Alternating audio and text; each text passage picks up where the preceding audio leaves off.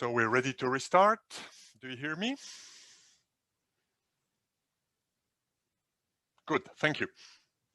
So the question is, how should we define fairness? What should be a design goal for internet congestion control? Well, let's try a first definition, which we can call egalitarianism, which consists in allocated as much as possible, but same to all. It's communism, if you want, although communism is not exactly this because the members of the party don't have the same, but the theory of communism is this one. In this case, what would we have?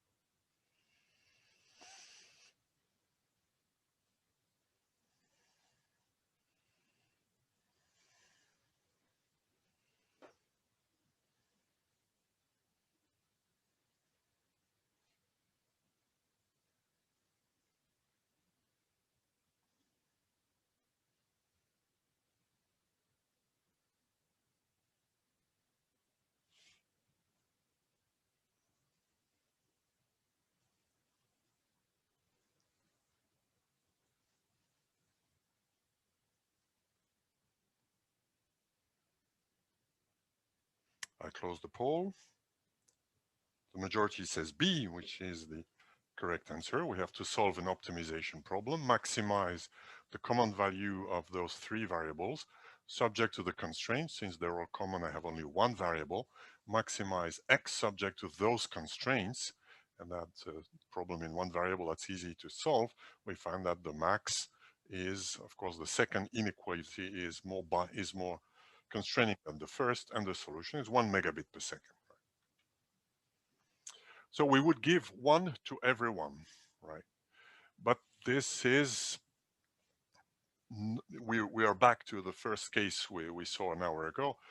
It is possible to deviate unilaterally, for example, by increasing the rate of one. If we start with one to everyone, one to the green, one to the red, one to the blue, then there is free capacity here. We cannot increase the red because this bottleneck here is for the red, but the blue has no bottleneck, so we can increase it. So the egalitarian allocation, which consists in maximizing the minimum, we give the same to all, but we maximize it. This is not Pareto efficient, so it's not a good solution. We would like to be fair, but we would also like to be Pareto efficient. In this case, if we start from the egalitarian allocation and fix the non-efficiency problem, we lead to this allocation. Well, this allocation is an instance of what is called the max-min-fair allocation. So max-min-fair is a first definition of fairness. It's the one that tries to be both egalitarian and Pareto efficient. So it is defined in the following way. I have a number of sources. Xi is what I give to source I. And of course, the vector x, which collects all the values of xi, is constrained, in our case, by linear inequalities. And we say that an allocation that is feasible, that means satisfies all the constraints, if max-min-fair, if the following holds. If whenever there is another allocation x prime that is also feasible and has an increase in one of the allocations, so source I gets more, it must be that it is at the expense of some source j that was not better off than source I. So you are max-min-fair if it is impossible to give more than to anyone, because we refuse to have this. We don't want to give more to I if this involves giving less to j, and j is less rich than I here. In other words, for every source I, increasing its rate must force the rate of some other not richer source. If we found such a point in the allocation, then we say that this point is max-min-fair. In some sense, we we start from an allocation, we try to do better, but any move that we do forces to do something that we declare unfair, so we don't do it here. Back to this example. What is a max-min fair allocation? Here are two possible allocations. Is any of those two max-min fair?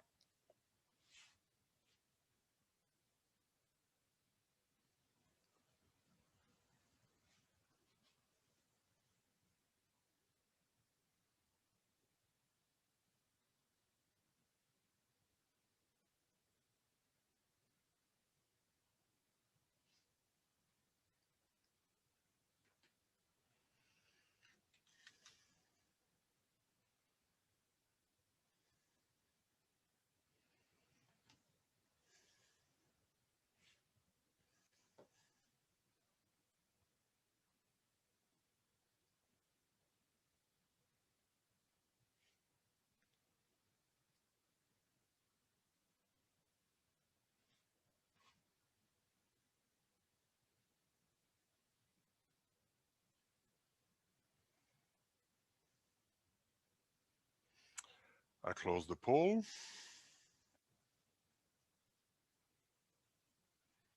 The majority says B, which is correct. Let's see why. Well, first, we see that allocation A is not max-min fair because A gives 0 to the red, and we can increase the red while decreasing the green, but the green we're getting more, so that's allowed in the sense of max-min fair. And the blue were also getting more because the red was getting 0.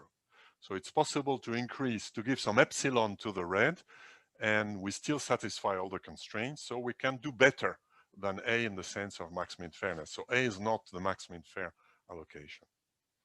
In contrast, if we try this allocation here, if I try to increase x0, I must decrease x1, but x1 was not richer than if I increase x0, I must decrease x2, but x2 was not doing better, so that is not allowed. And we can check all the other cases.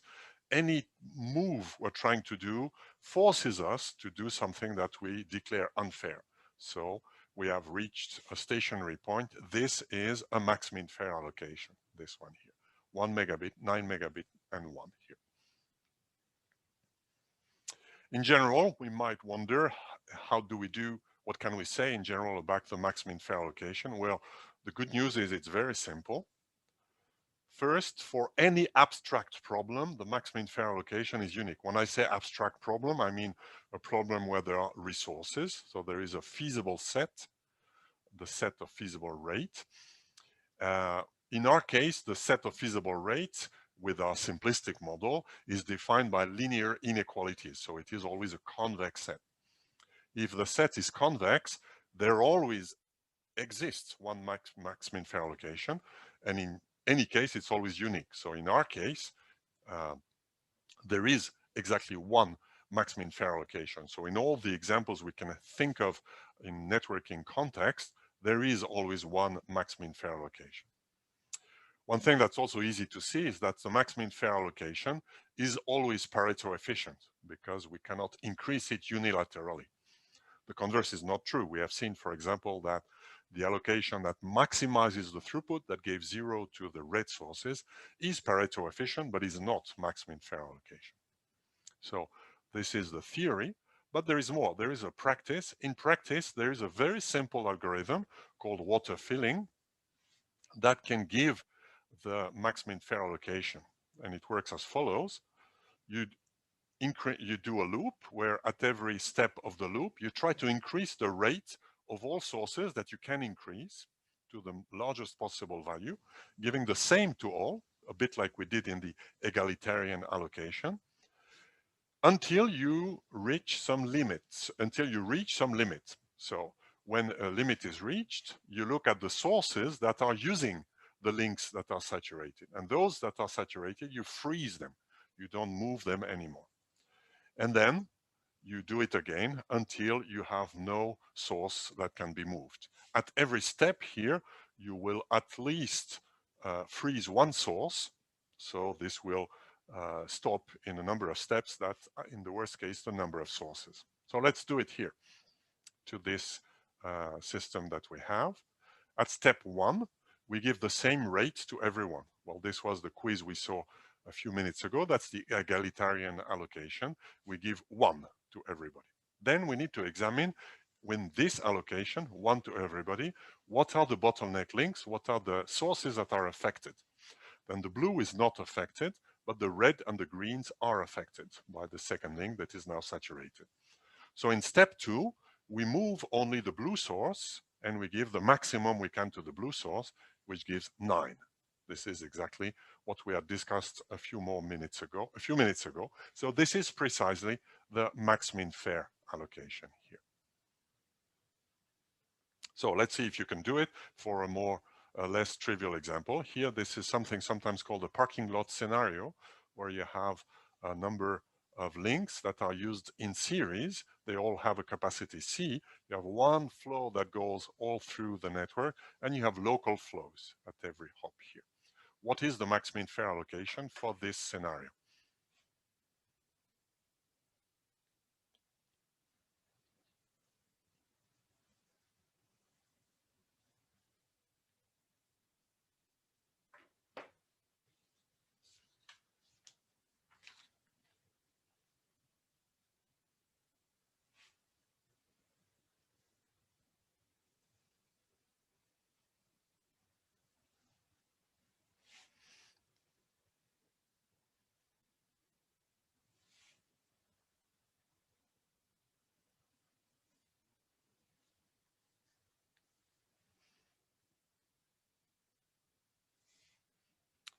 I'll close the poll in a few seconds.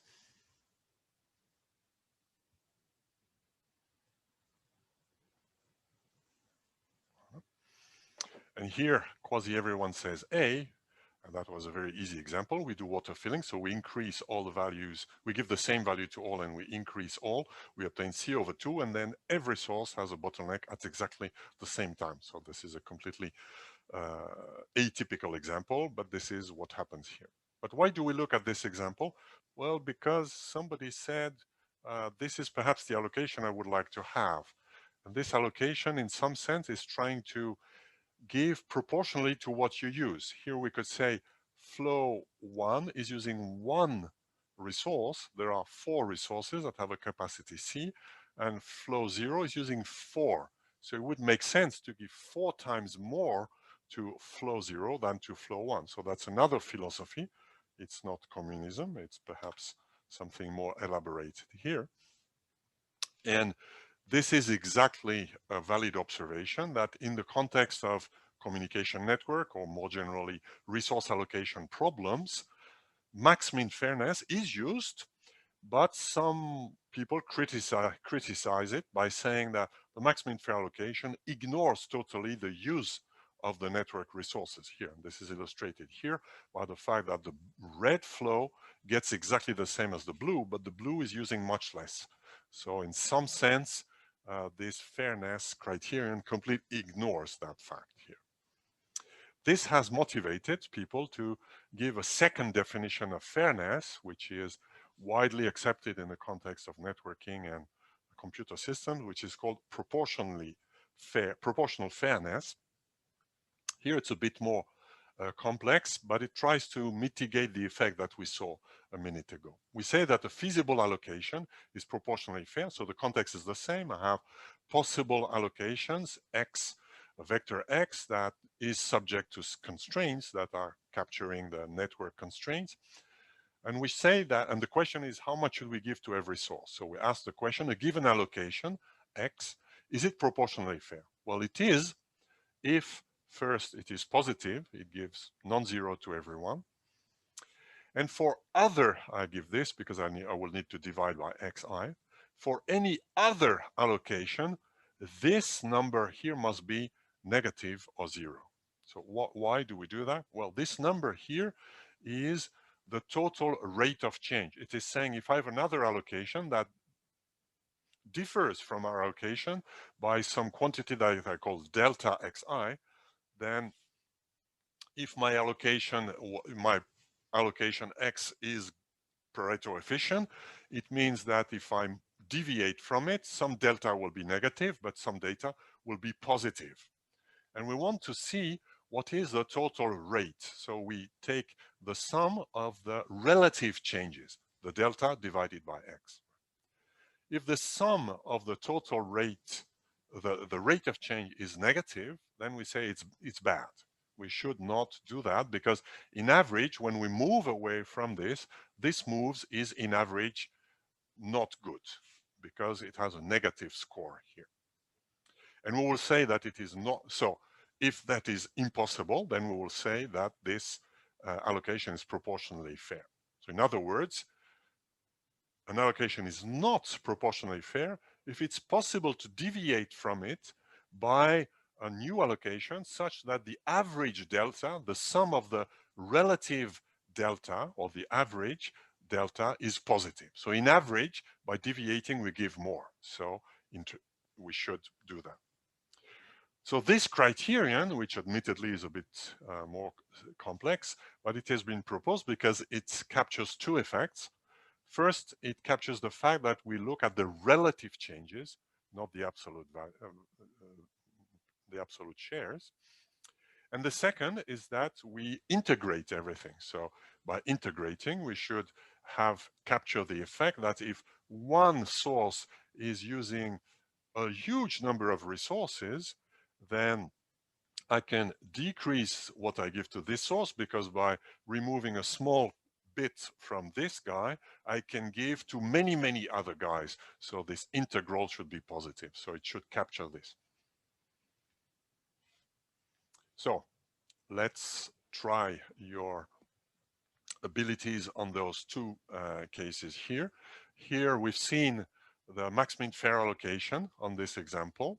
And here I'm proposing another example, which is also the max-min fair allocation we had for this network, which, if any of those two, are also proportionally fair.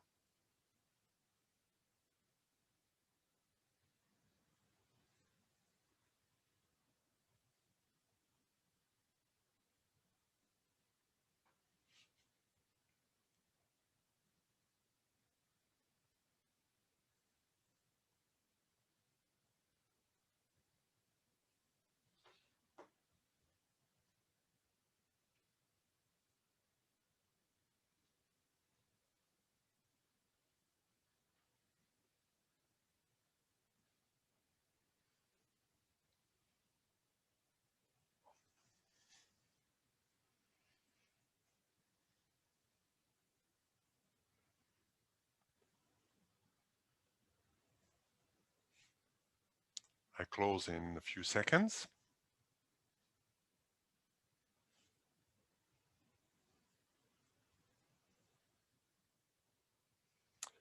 Here, admittedly, it's a bit more complicated, but what I said before hints at saying that this is not proportionally fair because it gives the same to blue and red is using much more. So let's see that in detail.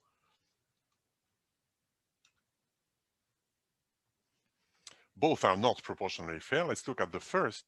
Well, the first gives the same, C/2 to both. Let me try to increase a bit the blue while decreasing the red. So if I decrease the blue, if I increase the blue by some delta, I need to decrease the red, x0, by the same amount because there's one blue and one red in every link. If I do this, I'm going in the direction I said before. The red should get perhaps less because it's using more resources. Let's look at the rate of change. Well, the rate of change for the red is this, minus delta over C/2. And for each of the blue, the rate of change is the same, but with a positive sign, but we do it 4 times. So the global rate of change now becomes positive. So we've made things a bit less good for the red, but a bit better for the blue. But the integral of this, because the better one is multiplied by 4, is still positive. So that means that I should, if I care about proportional fairness, I should deviate from this allocation and move in this direction that I said here. We should move by giving some delta, and that would be more proportionally fair. So A is not the proportionally fair allocation. It's a bit more complicated for B, but we can do the same here. We can increase x2 and x1 and decrease x0. Now we need to compensate exactly by a factor 9 because there are 9 flows here. We will see that there is the same thing here. If we give less to the red and a bit more to the blue and each of the green, the balance is positive. So this allocation is not proportionally fair. So the question is, like for max mean fairness, is that practically usable? First observation is that the proportionally fair allocation must be Pareto efficient. That's easy to see. Because if it's not Pareto efficient, obviously I can increase one of the sources and then the rate of change is positive. Its delta is 0 for all sources except one. So obviously if something is proportionally fair, it's Pareto efficient.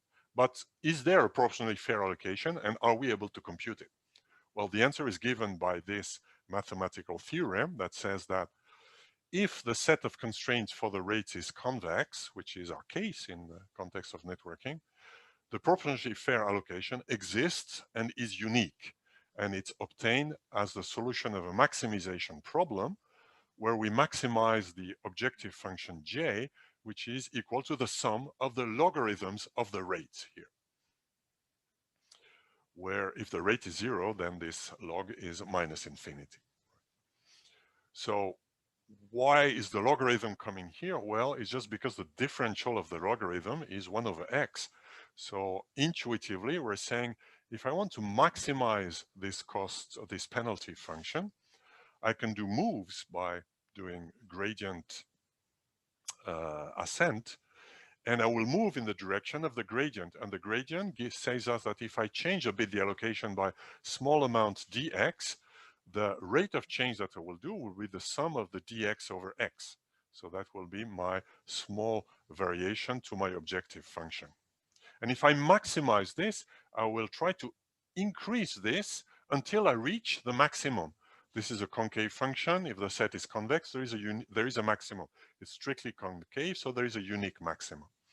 And at the maximum, then it will not be possible to do a move. That increases, that it goes to this direction. So the gradient ascent will lead us to the maximum. So this is the intuitive explanation of why by maximizing this, we obtain exactly the proportionally fair allocation. You have more details on a formal proof in the lecture note that I give on Moodle. But for now, well, this says to us that the proportionally fair allocation is something tractable in practice.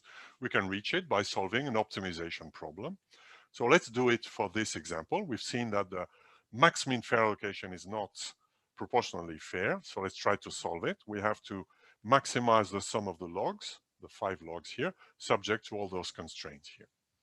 We can use convex programming, but here we can a bit skip some of the steps by observing that here there is one flow that uses a constraint and not the other ones. So those variables x1, x2, x3, x4 can be set independently of the others except x0. So if I fix x0 and I want to maximize u, obviously I should have equality in each of those things here.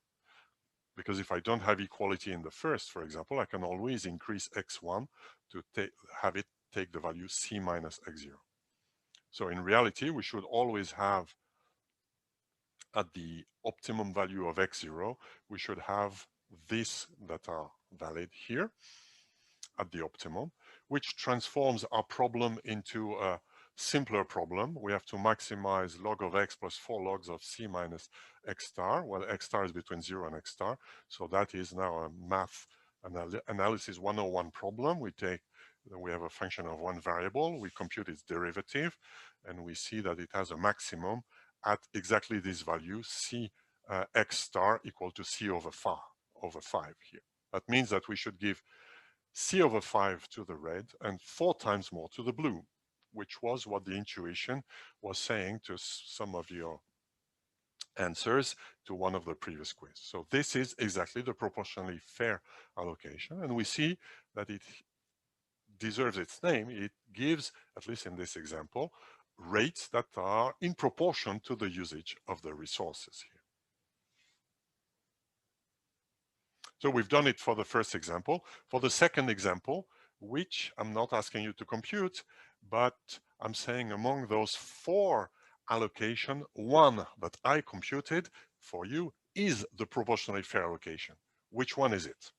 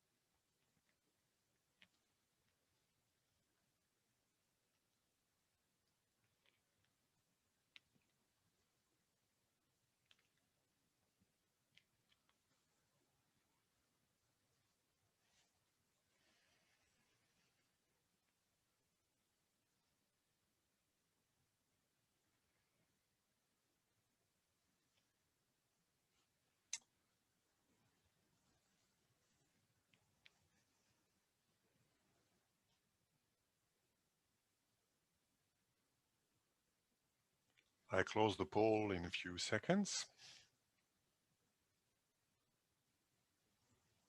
The majority says D, which is the correct answer. Here, of course, computing exactly the solution could not be done in a few seconds, but if we know that one of them is the correct solution, we can reason about things. A is the max mean fair allocation, so we know it's not proportionally fair. We've seen it already. B deviates from A by giving less to x0, which is probably what the proportionally fair allocation should do. However, if we look at details, we see that 0 and 1 that share the first link here are not saturating this link. So we could increase x1 unilaterally. x1 is too small. If I give this value to x0, I should give more to x1. So B is not Pareto efficient. We know that the proportionally fair allocation must be Pareto efficient, so it cannot be this one. So C is going in the wrong direction. It's giving more to the red source than we would like to. So it's not a good idea. It's going in the wrong direction. So the plausible answer is D. Of course, we can verify that it's correct by solving the optimization problem. We use the same method as before. For the same reason, we see that we must have equality here and there, because if we don't have equality in the resource here, I can always increase x1. And if I don't have equality here, I can increase at least, I can also increase x2 here. So we must have equality. X1 must be 10 minus x star, x2 must be this. If we accept that they're all equal here, then we have this optimization problem in one variable, and that gives us 10 over 11, which is the allocation D here. Right. So we have seen proportional fairness, which can be interpreted, in fact, as what is called a utility fairness. Proportional fairness maximizes the sum of the logs here. Well, if instead of the log you take some other function, you obtain what is called a utility fairness. Now, we have seen 2 forms of fairness, max mean fairness and proportional fairness, which is embarrassing. Which one should we choose? Well, this embarrassment will remain. We will see that what the internet does in a few next week. But one first thing to realize is that if we take a utility function, so here I'm plotting the log function here. If we take a utility function that's obtained by distorting the log, for example, I take a function that has this shape here. So like the red one, if m is very large, the red one will look more like this one. It's more skewed. Qualitatively, it looks like the log function, but it's more skewed in the sense there is an abrupt increase followed by an almost plateau here. So we can define fairness with this utility function. I can define an allocation that maximizes the rates of all sources subject to maximizing the constraints and maximizing the sum of this U here. If we do this, we will obtain a unique point, which is also Pareto efficient for all the same arguments that we discussed for proportional fairness. Now, it's more embarrassing. We don't have any axiomatic interpretation of this like we had for proportional fairness. But an interesting thing we have is that when M gets very large, it can be shown, and I give the references in the detailed lecture notes, that the limit of the allocation that we obtain with the red curve is exactly the max-min fairness. So as a folklore theorem, we could say max-min fairness is almost the same as maximizing a utility function that is very skewed here. So it's like proportional, but less smooth here. Be careful, it's not exactly the same. Max-min fairness is not there is no value of M for which max-min fairness is the same as a utility function. In fact, it can be shown that max-min fairness cannot be obtained as the maximization of a utility function. We need to do the water filling algorithm that has multiple maximization steps, not just one, like for utility function. But intuitively, it's good to remember that if we maximize a utility function that is not proportional fairness, but something a bit more skewed, then we go into the direction of max-min fairness. So, to recap what we have seen so far, if we let sources in the internet send as much as they want, it's not good. We may have congestion collapse, or even if we don't have congestion collapse, we might have large inefficiencies. So we need to control the rates of the sources. A goal of a control should be to reach perhaps proportional fairness or some approximation of proportional fairness. This is where we are. Now the question is, how can we do it? How can we allocate the rates in the internet? In the internet, we do what is called end-to-end congestion control. End-to-end means that the hosts, when they send traffic over the network, they don't do only the things that we've seen so far. So far we've seen there's TCP and UDP, and with TCP you're limited only by the size of the window, that is limited by the capabilities of the receiver. In addition, hosts in the internet should implement an algorithm that in practice today is implemented primarily inside TCP, that is based on tasting the water and increasing or decreasing the rate. Tasting the water means start perhaps at a small rate, then increase and see if bad things happen. If bad things happen, decrease, and once in a while increase again here. So get some feedback from what you've done and increasing it. This is what is done in the internet, at least as the major mechanisms. But in networks, there exists other mechanisms here. For example, in cellular networks, if you buy a Swisscom subscription, for example, you'll have to choose the size of your subscription. Do you want an extra large or an extra small or a medium, etc.?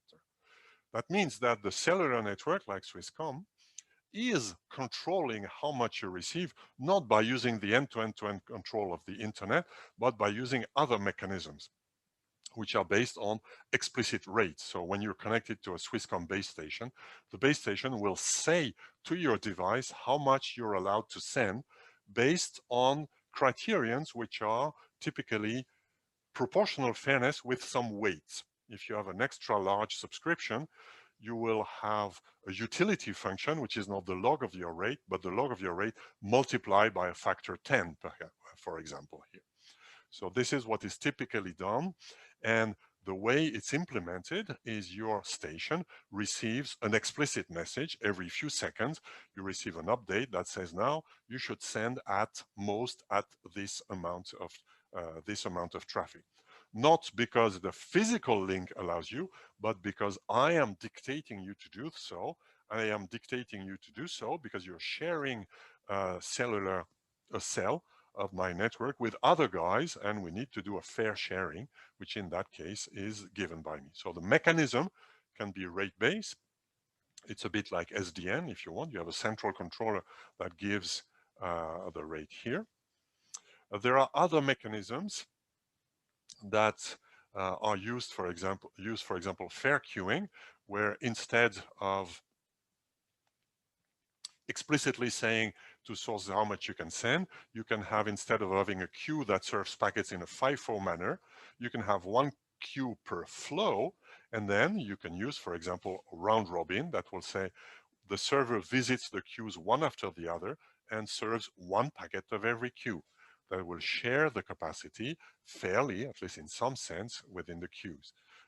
Analyzing with some simplified approximation that can lead to max mean fairness if you do it in this way.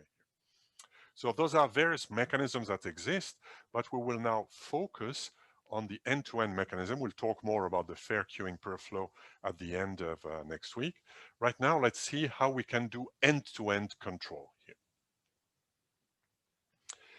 End-to-end control, so in the pre-internet networks, fair queuing was the mechanism. So the networks that we're using, that were implemented prior to the CCLAD network, that was the ancestor of the internet, they used those mechanisms. They were doing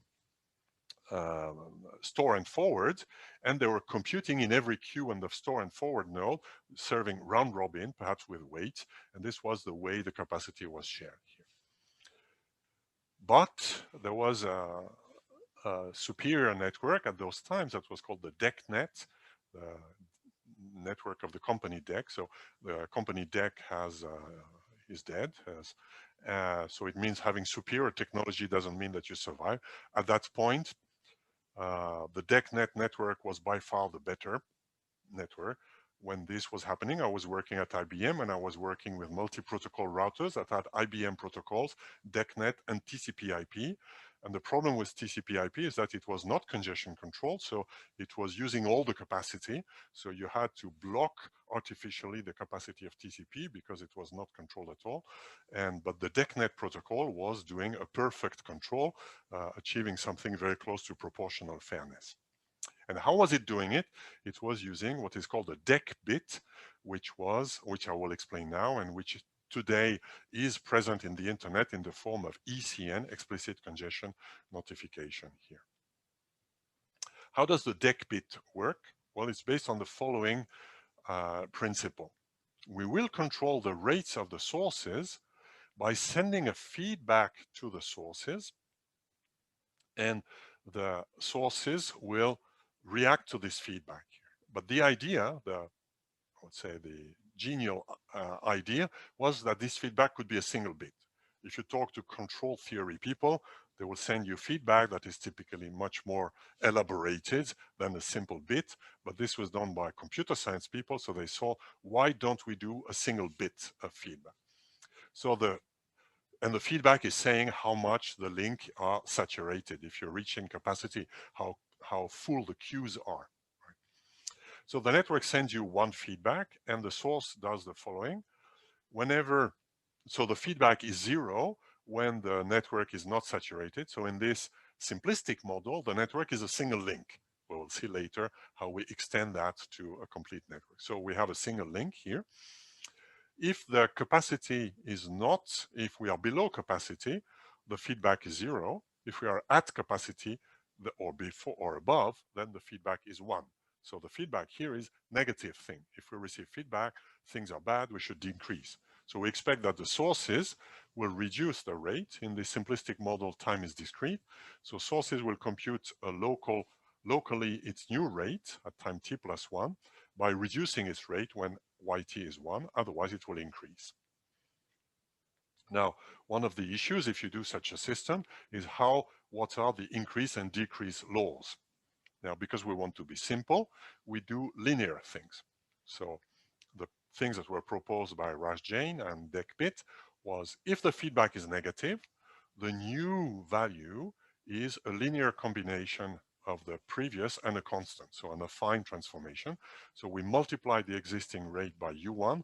Of course, U1 should be less than or equal to 1 because we want to decrease, and V1 should be less than or equal to 0, the additive term. In contrast, if the feedback is 0, that means there's no problem in the network, go ahead, you can increase, then you should multiply by u, that u0, that should be larger than or equal to 1, and you can add a positive term here. So that's what we will do. But the question is what values we should take. Here I'm taking those values. 0, 5 is the decrease, and 0 is the additive term. That means we do multiplicative decrease. When we decrease, because we receive a feedback equal to 1, we divide the rate by 2. And here I'm showing additive increase. We multiply the rate by 1 and we add 1. That means we add a fixed amount, here 1 megabit per second to the rate. So we do multiplicative decrease when we have to reduce, and additive increase when we have to give more. Here I'm showing what happens on a link with 3 sources here. And I'm showing the effect of the x-axis is time, the y-axis is the rate. The link has a capacity of 10 here. The additive increase is 1 megabit per second. And we see that at time 0, source 1 was starting from a small value and source 2 from a large value. So because of source 2, the rate was too large. So both of those 2 sources have received negative feedback.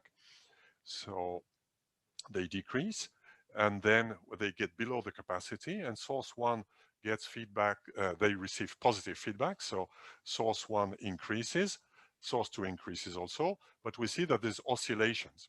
So whenever, because with this mechanism, they are like nasty children that always try to get more than they're allowed to get until they get a punishment because they take too much. So that's exactly what happens here. We increase until we go beyond the capacity, in which case we have to decrease. So we see those oscillations, but we see that the 2 sources here, source 3 is silent. It starts only at time 100. So we see that they're oscillating, but they oscillate around the same value.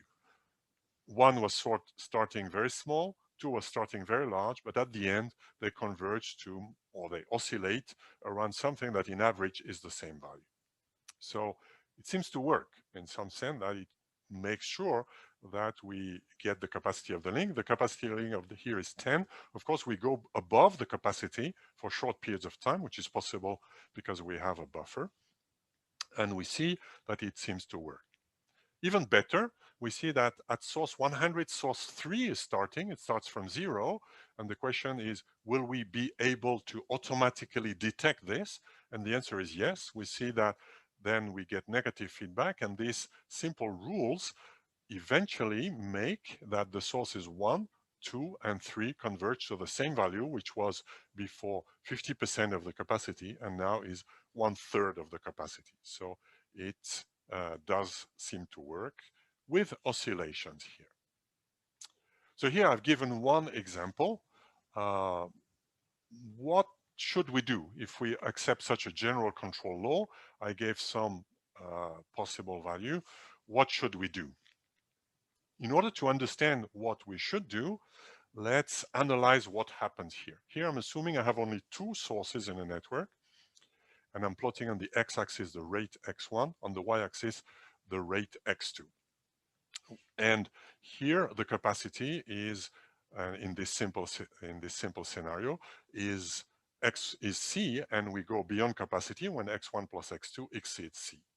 So such a scheme here, when we'll send to the 2 sources negative feedback, and we see what happens. We start from this value. We are below capacity, so we will increase, and then we go beyond capacity, so we will receive negative feedback that will force us to go down.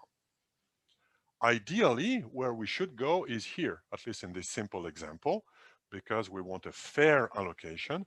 In this simple network scenario, max, min, and proportional fairness are the same, and they mean that x1 and x2 should get the same. So this line here is showing the x1 equal to x2. This is where we should go here with the moves that we do here.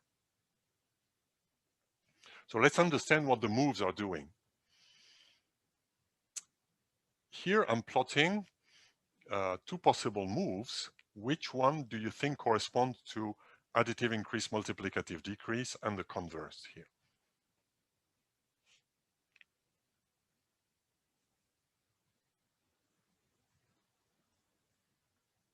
Zoom.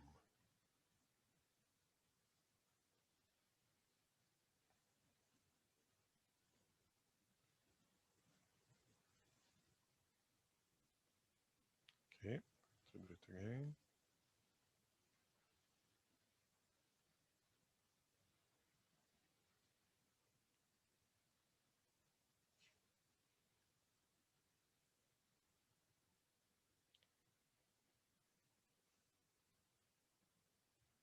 Okay, SpeakUp is not working with us, so I'll let you keep for yourself what you gave. Let's see what the correct answer is. 1. So what is the move 1? Well, the move 1 is when the vector x becomes x plus the same increase to both coordinates. That means that's a move that's parallel to this diagonal line here. So this is additive increase here. Multiplicative increase, in contrast, multiplies x by the same amount. So it keeps on the same line. So additive increase goes this way. Multiplicative increase goes in that way here.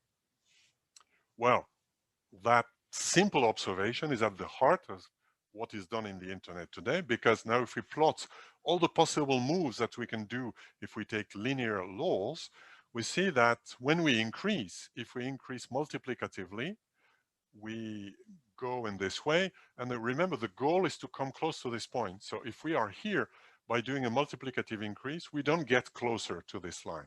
We stay at the same distance, the same angular distance. In contrast, if we do an additive increase, we get closer to the line. The angle reduces here. When we do a decrease, there's no way we can get closer to the line. If we do additive increase, we make fairness worse. If we make multiplicative decrease, then we keep it the same. The distance to the line, the angle with the line remains the same. So take home message, when we decrease, there's no way we can improve fairness.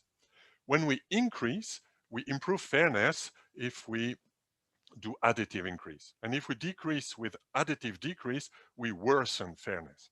So the decrease should be multiplicative to not make things worse, and the increase should be additive. Therefore, we should do,